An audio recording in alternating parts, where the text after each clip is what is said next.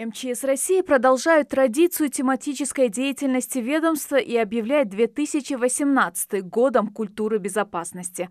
Руководство министерства поручило своим региональным подразделениям осуществить комплекс мероприятий, способствующих формированию культуры безопасности у всех категорий населения, активно вовлекая в просветительскую работу органы исполнительной власти, местного самоуправления, организации, добровольные и общественные формирования. В региональном управлении МЧС к году культуры безопасности готовится основательно. Уже утверждена рабочая группа по подготовке и проведению следующих 12 месяцев на высшем организационном уровне.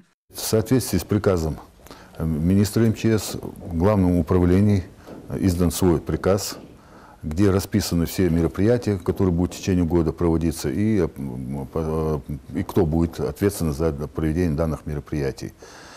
Там мероприятия различного характера в плане отражены. Это и дни открытых дверей, и проведение семинарских занятий, и проведение в школах мероприятий различных.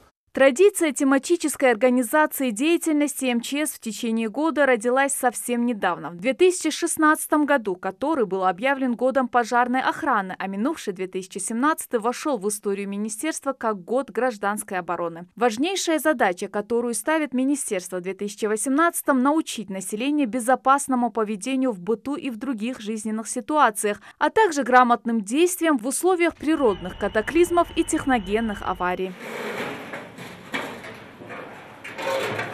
МЧС также предлагает уделить первостепенное внимание формированию культуры безопасности среди всех групп населения, от дошколят до неработающих граждан.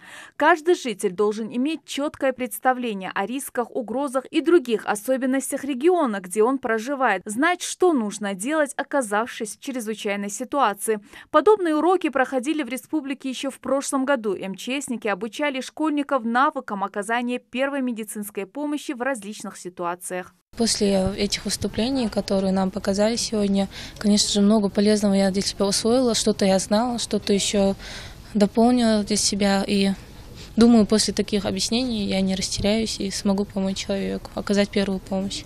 В любой непредвиденной ситуации, ДТП, несчастном случае, когда счет идет на минуты, многое зависит не только от профессионализма врачей, но и от времени оказания первой помощи. Это так называемый «золотой час». И здесь первостепенное значение имеют грамотные действия тех, кто оказался рядом с пострадавшим. От их знаний первой доврачебной помощи зачастую может зависеть жизнь человека. В соответствии с приказом у нас составлен план.